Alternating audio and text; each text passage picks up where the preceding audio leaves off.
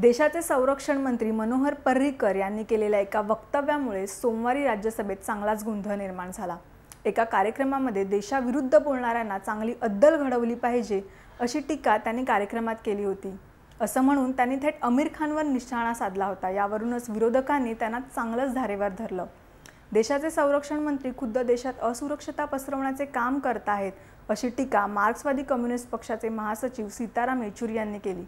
तर पर्रिकरांच्या वक्तव्यामुळे देशातील अल्पसंख्याकांचा प्रश्न पुन्हा ऐरणीवर आला आहे असा आरोप काँग्रेसचे नेते गुलाम नबी आझाद यांनी केले। काहींनी तर पर्रिकरांच्या या वक्तव्याला अप्रत्यक्षरित्या मोदींचा पाठिंबा असल्याचाही आरोप केला आहे।